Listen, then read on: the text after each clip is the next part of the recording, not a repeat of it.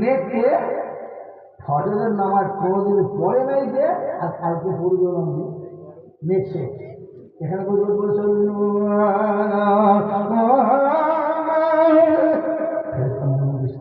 ঝাঁকানি মারছে নাকি? তোমার শরীর বলে কি লাভ? কারণ দরুদ শরীর সবাইকে পড়ার অনুমতি দিয়েছে কে? হ্যাঁ না যদি বলে যেখানে দরুদ আল্লাহ পড়তে বলেছে সেখানে অনলি ফর মুসলমানকে পড়তে বলেছে ইন্নাল্লাহ ওয়া মালাইকাতাহু।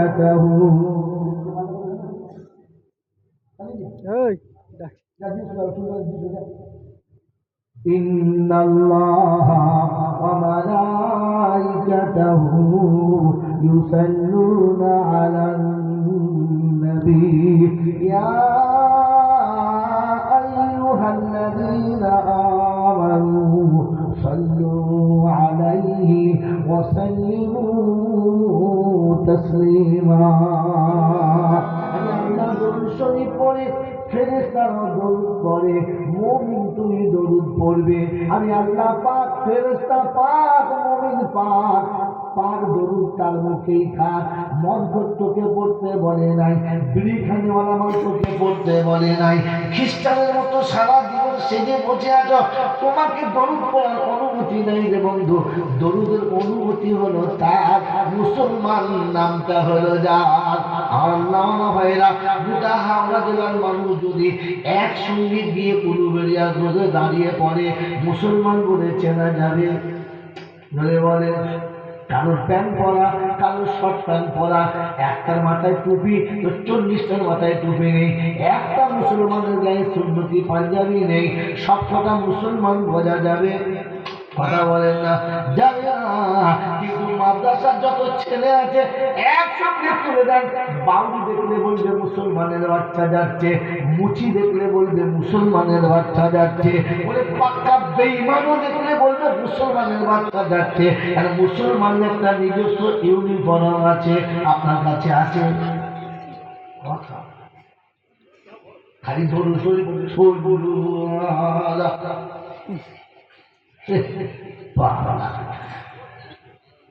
দরুদ তো মুসলমানের জন্য, আর মুসলমান প্রথম শিখেছি ইউনিফর্ম তার কাছে না। আর বাবাজিরা মানে ভাইরা হাই স্কুলের মাস্টার যদি গামছা কাজে মুড়ি খেতে স্কুলে চলে যায়, হ্যাঁ ছাত্ররা কি বলবে? বাংলা না কি বলো বলো না, স্কুলের ইউনিফর্ম আসেন নাই। হেড স্যার বলবে কি আপনি কি ব্যাপার, কি ব্যাপার আপনি এইভাবে বলছি টাইম হতে যাবো তো তাড়াতাড়ি করে কি পাবো? গেঞ্জি গেঞ্জি গামছা কাজে চলে এসেছি, মুড়িটা খেয়ে মাঠে ধান চাষ করছিল, ছুটে চলে এসেছি। হেডমাস্টার কি বলবে? খুব বুদ্ধিমান মাস্টার, বলবে ওকে ক্লাসে ঢুকতে দেবে, আপনি বাড়ি যান, তোদের মিলে ঘুম ঠিক করে আসো। মানে মুড়ি খেতে খেতে গামছা কাজে স্যার পড়াবো তো, আমি ইউনিফর্মটা পড়াবে না। কে পড়াবে? মাস্টার ইউনিফর্ম মাস্টার মাস্টার তো আমি মাস্টার সে ইউনিফর্ম নাই থাকবে, ঢুকে দেবে? ঢুকে দেবে? দেবে না। একজন মানুষ থানার সামনে গাড়ির চাকরি করে, কিন্তু গরিব মানুষ বাড়ির কাজ করে আসার সময় টাইম হয়ে গেছে, অমনি লুঙ্গি করে মাছ এসে বলে লাগিয়ে দাঁড়িয়ে আসে।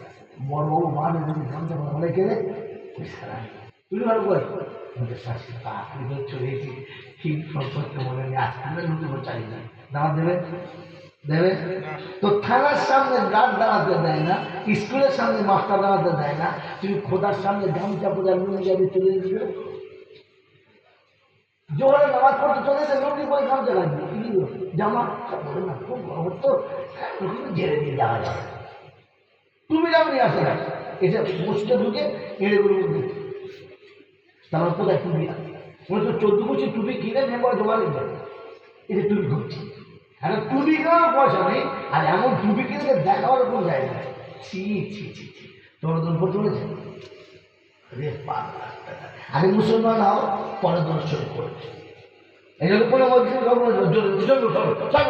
না, ওর পড়ার ইচ্ছা নাই, ওর পড়ার ইচ্ছা থাকলে ইউনিফর্ম পরে আসতো, কোন পরে ইউনিফর্ম পরে আসতো। মানে মতন বস্তু আমার ভাইয়েরা জ্ঞান জ্ঞানের সাথে মানুষরা ঈদের দিনে 30, 40, 50 টাকা বাজার করেছে, 30, 40, 50 হাজার টাকা বাজার করেছে। ওকে জিজ্ঞাসা করো তুমি কটা কিনেছ? হ্যাঁ যদি আছে সে বিয়ে কিনেছ, ওতেই চালাচ্ছে। এতবার পোশাক পাল্টাল, এখন এত ভালো তুমি করো না, ভালো যায় কারণ ও জানে তুমি না দিলেও হবে, তুমি না দিলে হবে। আপনি ভাবেন যে আমি মুসলমানের খাতায় উঠতে পারবো কিনা। এখানে মেরে বক্তব্য বুঝুন আল্লাহ ভাইরা জ্ঞানীজনটা শুনে মানুষ, এত মানুষ এখানে আছে, এত মানুষ এখানে আছে। এই দুটো ছেলেকে নাম ধরে দেখা হয়, তাদের মাথায় টুপি পরানো হলো, সবাই অধীর আগ্রহে দেখলো, তাদের হাতে গিফট দেওয়া হলো, সম্মান আসলে বসানো হলো। এটা তো শুধু খালি টেস্ট, আসলে সম্মান হাসরের ময়দানে এই 2-4টে আদম থেকে কিয়ামত পর্যন্ত সমস্ত মানুষ বসে থাকবে, সমস্ত মানুষ থাকবে আর পেরেশান থাকবে। সে কার, সে অবস্থা, সে দর্শক, সে দৃশ্য ফেরেশতারা পর্যন্ত নিজেদেরকে আত্মগোপন করবে, সামনে যাবে। আল্লাহ ওদের জিবরাইল নেমে যাবে, বলছে আল্লাহ নিজের অবস্থা খুব খারাপ, দারুণ ঝামেলা চলছে, বলছে বলছি নেমে যাও। আল্লাহ সে অবস্থা দেখে এসেছি, যেতে ইচ্ছে করছে না, বলছে নিচে যাও আর আমি যা বলি শোনো। বলে কি? বলে নিচে গিয়ে দেখলি ওই যে হাফের দুটো মাথায় টুপি পড়েছিল ওর বাপ কোথায় আছে, ওর আব্বা কোথায় আছে, ওর মা কোথায় আছে। প্রথম সেখানে যাবি, আদরের সাথে সালাম দিবি, মুসাফা করবি, আর ফের বুকে জড়িয়ে আলিঙ্গন করবি, আর হাত ধরে এনে আমার জান্নাতের তলায়, আরশের তলায় ভিআইপি মেহমানদের সামনের কাতারে বসাবি। এবার বলুন সুবহানাল্লাহ। বসাবি, আর শুধু বসিয়ে ছেড়ে দিবি না, আমি নিজে হাতে দুটো নূরের টুপি বানিয়ে রেখেছি। এই টুপি দুটো নিয়ে একটা ওর বাপের মাথায়, একটা ওর মাথায়। বলে আল্লাহ যে পাগড়ি পেল তার টানি নেবো, চোখের মাথায় ওটা আলাদা আলাদা, ওটা আমি স্পেশাল দেব।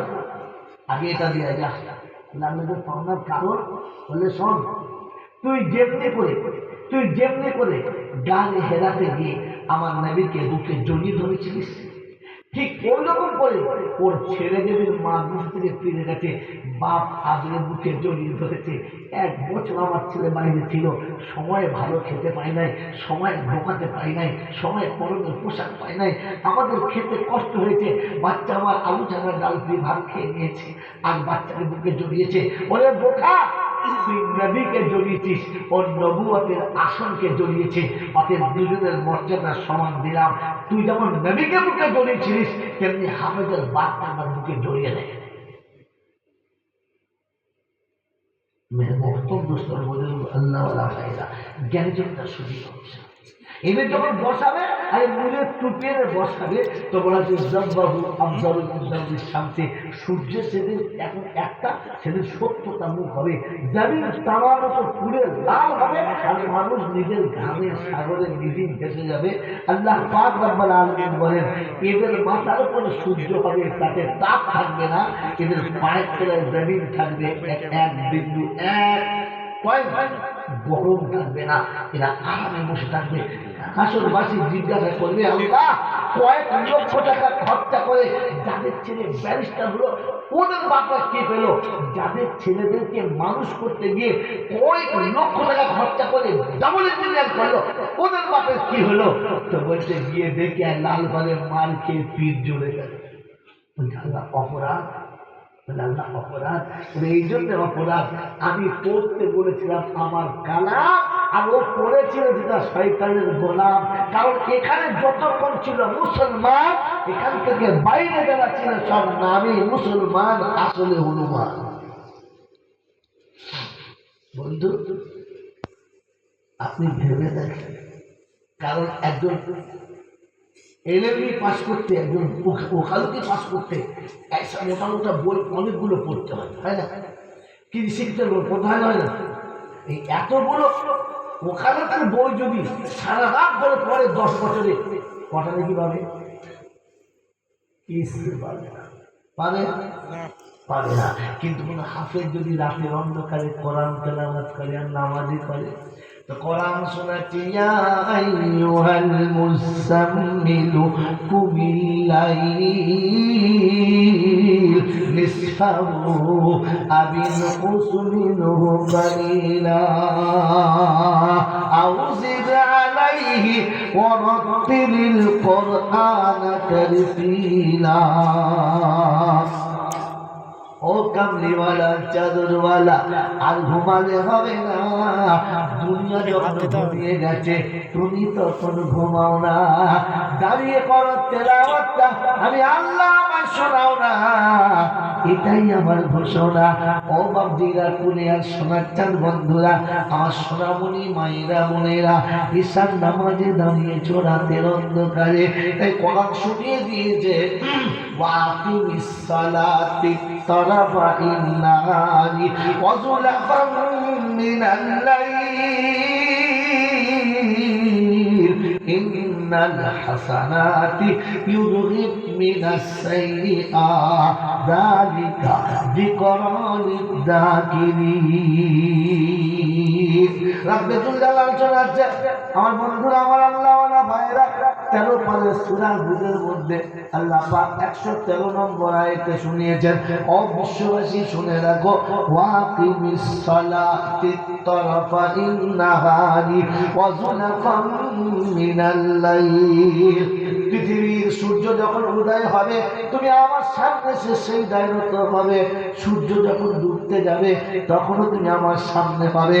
আল্লাহ পাক শুনিয়ে দিয়েছি সারা বছর বৃক্ষে যত পাতা থাকে শীতকালে যখন ঝরে যায় সকাল সন্ধ্যা আমার সামনে মাথা নামালে ওর সারা জীবনের গুনাহগুলো আমার ফেরেশতারাই মুছে দেয়। সুবহানাল্লাহ।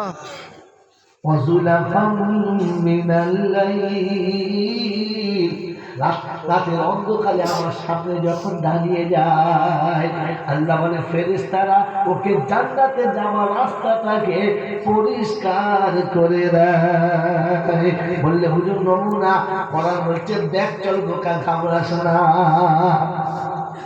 والذين آمنوا وهاجروا وجاهدوا في سبيل الله والذين آووا ونصروا أولئك هم المؤمنون حقا لهم مغفرة ورزق كريم।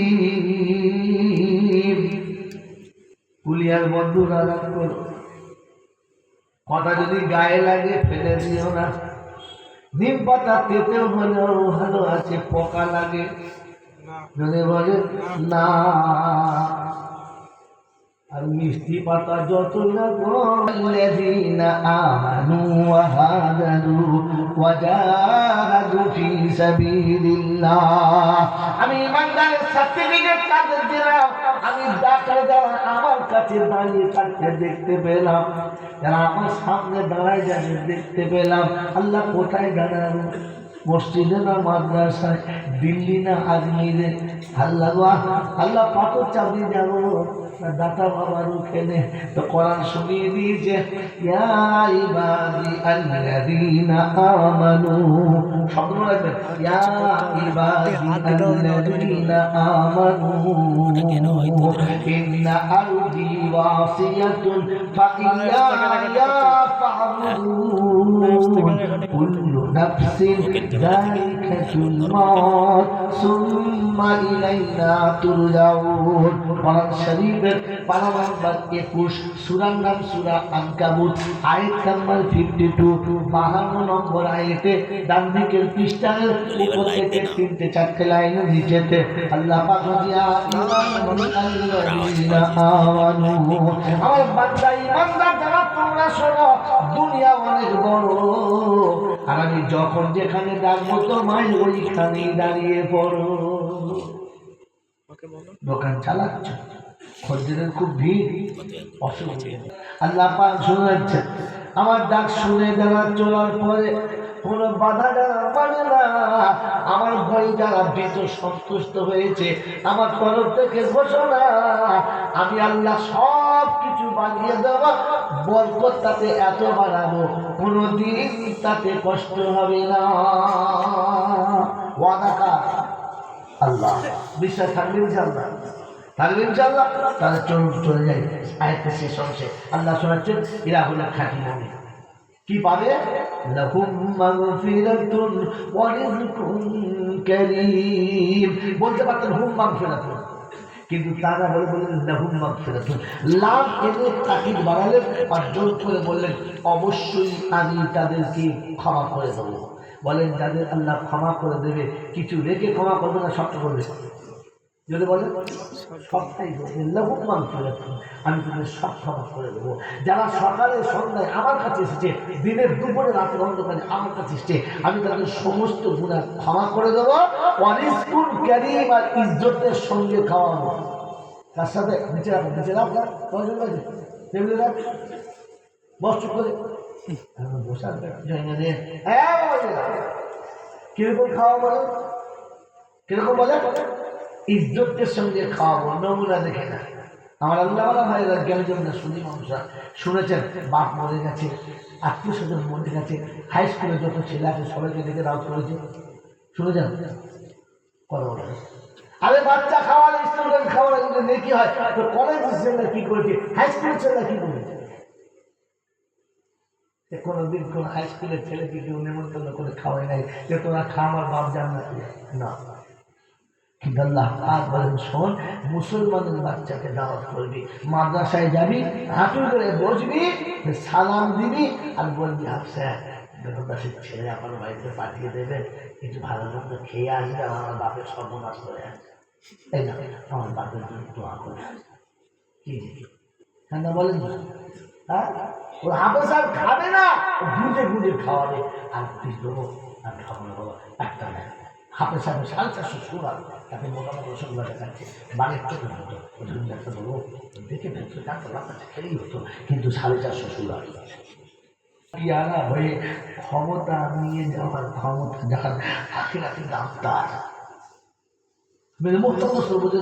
আল্লাহ ভাইয়েরা জ্ঞানী চিন্তা শুনি মানুষরা, আখিরাতের ভাবনা, পরকালের ভাবনা, ভবিষ্যতের ভাবনা, এটা মানুষ ভাবে, মুসলমান ভাবে, বাকি আর কেউ ভাবে যদি আর কেউ ভাবে ভাবে না। তাই একটা ছোট্ট নমুনা বলে দিয়ে চলে যাচ্ছে, কারণ আমি আগেই বলেছি যেখানে গাড়ি দাঁড়াবে মেনে নিতে হবে। মেরে মুক্ত বুঝলবো আল্লাহ ভাইরা জ্ঞানী জনরা, সোনামণি মায়েরা বোনেরা, সম্রাট শাহজাহান, কি নাম বললাম মনে রাখেন গল্পটা? সম্রাট শাহজাহান। সম্রাট শাহজাহানের মনে হলো কি করা যায়, 4 ছেলে, বড়টা তো বেয়াদব হয়ে গেছে, মেজোটা তো ও সব রকম ঘোলা পানি খায়, সাদা পানি খায়, সব পানি খায়, ভালো হবে না। 3 নম্বর ছেলে অরঙ্গজেব। সম্রাট শাহজাহানের 3 নম্বর পুত্র অরঙ্গজেব। দেখলেন ছেলেটির দেরি, মেধাশক্তি খুব ভালো, আচার্য খুব ভালো, তো মনে করলেন এই ছেলেটা আখিরাতের সম্পদ হিসাবে আমাকে তুলে রাখা দরকার। সম্রাট শাহজাহান চিন্তা করছে, যেই ছেলেটির দেরি বেশি, যেই ছেলেটির মেধাশক্তি বেশি, যেই ছেলেটির ভদ্র এবং সুন্দর সমাজদাতার নাম আছে, এটাকে আমার আখিরাতে ট্যাজারিতে তুলে রাখা ভালো। আপনার আমার নমুনা কি? ভালো খায়, ইংলিশ মিডিয়ামে দেবো, বেরিয়ারটা লন্ডি বিখ্যাত কলেজে দেবো, আর কানাটা হাতের সাইডে দেবো, যে চলতে গেলে জেনে পড়ে যায়, পেচ্ছাপ করতে গেলে নিচে করতে গেলে গায়ের নিচে যায়, ওটাই হাতের সাইডে দেয়। আর কি করে? হ্যাঁ না বলে, যেটা তোতলা ক বলতে ব বলে, ভালো করে কথা বলতে পারে না। হাফিজ সাহেব, আমার একটা ছেলে মাছ সাহেব বলবো, হাফিজ সাহেব বলবো আলহামদুলিল্লাহ ভালো দিন এনেছে, কি নাম? বালু বালু দিয়ে তাই ভালো ভালো বালু, আসলে নাম কালু, সেটা কবে ওইটাকে দিয়েছে মাদ্রাসায়। ভালোটা ইংলিশ মিডিয়াম, আর একটা ইউনিভার্সিটি। ঠিক আছে, ওদিক থেকে আমি ঠিক লাইন ফেলে নিয়ে আসছি, যা এই বারুটাকে মাদ্রাসায় গিয়ে ঠুকে থাকে হামেশা দিদিক উদিক সিদিক করে কোনো রকমের যা করে কথাবার্তা একটু ঠিক যা করে পড়াশোনা করতে শুরু যেমনি আমার করতে শুরু করেছে আমার বন্ধু আমার আল্লাহ ভাইরা এই স্কুলে মাদ্রাসায় ভর্তি করে জীবনে খবর নেয় না ছেলেটা কী রোল করলো ছেলেটা কতটা পড়লো আর কী পড়লো খবর নিচ্ছে একদিনও খবর নেয় নাই কিন্তু যে ছেলেটি মিশনে দিয়েছে প্রত্যেক মাসে খবর নেয় আমার ছেলে কি রেজাল্ট করছে ওর কীরকম দিচ্ছে দারুণ দিচ্ছে ঠিক আছে চিন্তা নাই মাসে কত লাগবে 10,000 করে ঠিক আছে প্রত্যেক মাসে 10,000 দেবে মাদ্রাসায় ছেলে দিলে কি বলে দেবে ওর জন্ম আমি দিই নাই ও আমার ছেলে না কুড়িয়ে কেউ তোমাদের দিয়েছে নেবে নাও নামায় ফেল দাও 1 মাস দিতে পারবো না না আপনারা বলেন না ওনাকে বলে ছি ছি ছি ছি কোরআন শিখতে বাচ্চা পাঠালে তার পিছনে 10 টাকা খরচা করতে রাজি না আপনি মানুষ তো মুসলমান তো কি করে ভাবছেন মেরে প্রথম সম্রাট শাহজাহান তার সন্তানকে মক্তবে পাঠালেন মাদ্রাসায় পড়াশোনা করতে শুরু করলো ছেলে 9 বছর বয়সে হাফেজে কোরআন হয়ে গেছে কবছর বছরের ছোট্ট বাচ্চারা সকালে ফজরের নামাজ পড়ে টুকটুক টুকটুক করে বাড়ি এসেছে আর শোনাচ্ছে আসসালামু আলাইকুম ওয়া রাহমাতুল্লাহি ওয়া বারাকাতুহু সাধারণ কি ঘটে ওয়ালাইকুম আসসালাম কি খবর চলে না কেন বলছে আব্বা আজ কোরআনের শেষ সবকটা শুনিয়ে দিয়েছি আমি পূর্ণ কোরআনের হাফেজ হয়ে গেছি আপনি যে জন্য পাঠিয়েছিলেন হাফেজ কোরআন হয়ে আমি আপনার কোলে ফিরে এলাম সম্রাট শাহজাহানের বুকটা ভরে গেছে আনন্দে মনটা ভরে গেছে একেবারে আনন্দে উচ্ছ্বসিত হয়ে বিবির কাছে দিয়ে শুনিয়েছে সবার কাছে শোনানোর পরে বাচ্চাকে দেখে বলেছে শোনো এই খবরটা সর্বপ্রথম তুমি তোমার দাদুজিকে শোনাও বাচ্চা জাহাঙ্গীরকে শোনাও নিশ্চয়ই তোমার উপরে খুশি হবে তোমাকে উপঢৌকন দেবে তোমাকে বুকে জড়িয়ে ধরবে এই 9 বছরের শিশুটা হাফেজে কোরআন হয়ে গেছে শুনলে বাপ খুশি হবে ছেলেকে পাঠিয়ে দিয়ে বাপ আড়ালে দাঁড়িয়ে আছে দেখি বাপ কি বলে দেখি ছেলে কেমন তৈরি হয়েছে বাপ আড়ালে ছেলে গুরু করে গেছে দাদুর কাছে আসসালামু আলাইকুম ওয়ালাইকুম আসসালাম কে আমি জানি অরুণে এসেছি কি খবর বলছি দাদু আমি হাফেজে কোরআন হয়ে গেছি ঠিক আছে আজকে সবক শেষ করে বাড়ি এসেছি খুব ভালো মুখে কোনো হাসি নেই আনন্দের কোনো চেহারা নেই উপঢৌকন দূরের কথা কোলে ডাকারও কোনো ইচ্ছা হবে খানিকক্ষণ দাঁড়িয়ে থেকে থেকে অরঞ্জন ভাবলো ভাতটা ভালো নয় এরপরে কিছু বললে আবার তো লেগে যাবে পালিয়ে যায় ওখান থেকে গুলগুল করে ফিরে এসছে পাবে যেমনি সাধারণ কি বল কি বললাম বা কি কি কি কি দিলে তোমাকে দেবে কি মন ভালো নয় তুমি সালাম দিয়েছো বললে হ্যাঁ আমার জীবনের ছেলেকে জিজ্ঞাসা করে তুমি সালাম দিয়েছিস নিউজ করি না আমি তো শিখেছি হ্যালো হ্যাঁ সম্রাট শাহজাহান জিজ্ঞাসা করছে সালাম দিয়েছ বললে হ্যাঁ তুমি বললে আমি হাফেজ হয়েছি বললে হ্যাঁ আজকে সবক শেষ করেছি শোনালে বললে হ্যাঁ তাতে কি বললো কিছু বলে দেয় গরম মেজাজ গরম সম্রাট শাহজাহান মনে করছে বাপের কি মতি বুড়ো বলো নাকি বুড়ো বসে আমার দুধের বাচ্চা 9 বছরের ছেলে হাফেজ হয়েছে কোনো উপঢৌকন নেই কোনো খুশি নেই তার নাতি দাঁড়া বাপের ব্যবস্থা করছে গরম মেজাজ নিয়ে যাচ্ছে ছেলে সামনে বাচ্চা জাহাঙ্গীরের সামনে সালাম আলাইকুম আবার বলে কি অনবদ্বীপ এসেছিল কিছু বলে নাই বলে হ্যাঁ অনেক কথা বলেছে কি বলেছে সে হাফেজে কোরআন আপনি শুনেছেন বলে হ্যাঁ তো সেই 9 বছর আমার বাচ্চাটা হাফেজে কোরআন হলো এটা আপনি খুশি না তাকে একটু বুকে জড়িয়ে দিলেন না আপনার মুখে তো আনন্দ ছিল না এটা আপনি পারলেন গরম গরম বলছে সব কথা শোনার পরে বাচ্চা জাহাঙ্গীর বলছে শোনো তোমার ছেলে হাফেজে কোরআন হয়েছে কাল কিয়ামতের মূলের কাজ তোমার মাথায় তোমার বিবির মাথায় হবে আমার তো হবে না আমার খুশি কি আমার তো খুশি কিসের আমি এমন অপদার্থ জন্ম দিয়েছি এত বড় নালায়েক কুলাঙ্গার জন্ম দিয়েছি যে ওই টুপিটা সে আমার মাথায় পরাতে পারল না। সম্রাট শাহজাহানের চোখ চলক আছে, রক্ত শুকিয়ে আনখানা, মাথা নিচু, চিন্তা করছে সর্বনাশ, কিন্তু আটটা দুধ খেলাম, এরকম টাইট দিতে ফুল টাইট খেয়ে চলে যেতে হচ্ছে, মাথা নিচু করে বাড়ি চলে যেতে, মনটা খুব বলা, মেজাজটা খুব খারাপ। বিবি বলছে কি হলে কি চুপ করার কথা বলতে, জামা কাপড় খুললেন, শাহী পোশাক খুলে সুন্নতি পোশাক পরলেন, আর বিবিকে বলে দিল বিবি সময় হলে আসবো, তার আগে না আসসালামু আলাইকুম। বিবিকে সালাম দিয়ে বাদ হয়ে চলে গেছে সোজা মুক্ত হয়ে, যে জায়গায় বেটা করতো সে জায়গায় বাদ দিয়ে হাঁটু ধরে বসছে। হাফিজে বলছে কি খবর, বললে আজ থেকে আমি কোরআনের তালিম হাসিল করতে শুরু করেছে, হিম শুরু করেছে, অর্ধেক পেরিয়ে গেছে, হঠাৎ খবর গেছে যে বাদশাহ জাহাঙ্গীরের অবস্থা খুবই খারাপ। তিনি এতটা শরীর অসুস্থ, দেশের সমস্ত হাকিম, সমস্ত ডাক্তার, সমস্ত কবিরাজ এক জায়গায় বসে মশলা করে দেখেছে শরীরের যা অধঃপতন আসছে, এতে রিকভারি করার মতো আর কোনো রাস্তা নেই, চলেই যাবে। বরং দেশের লোককে খবর দাও, যার যার দেখার ইচ্ছা আছে শেষ দেখা দেখে নেই, আর বেশিক্ষণ থাকবেন না। দেশের মানুষ দল বেঁধে আসছে, নারীতে পুরুষে, চেনাতে অচেনাতে, দেশে বিদেশের এলাকার বাইরে সব মানুষ আসছে দেখছে। জাহাঙ্গীর খালি ভাবছে আমার ছেলের সম্রাট শাহজাহান এখন এলো না, আমার পরে যে মোগল সম্রাট হবে শাহজাহান এখন এলো না, কিন্তু কাউকে তিনি প্রকাশ করছেন না। চারিদিকে সবার মুখের দিকে দেখে, সবার মুখের দিকে দেখে, কিন্তু তার ভেতরে তৃপ্তি আসে নাই।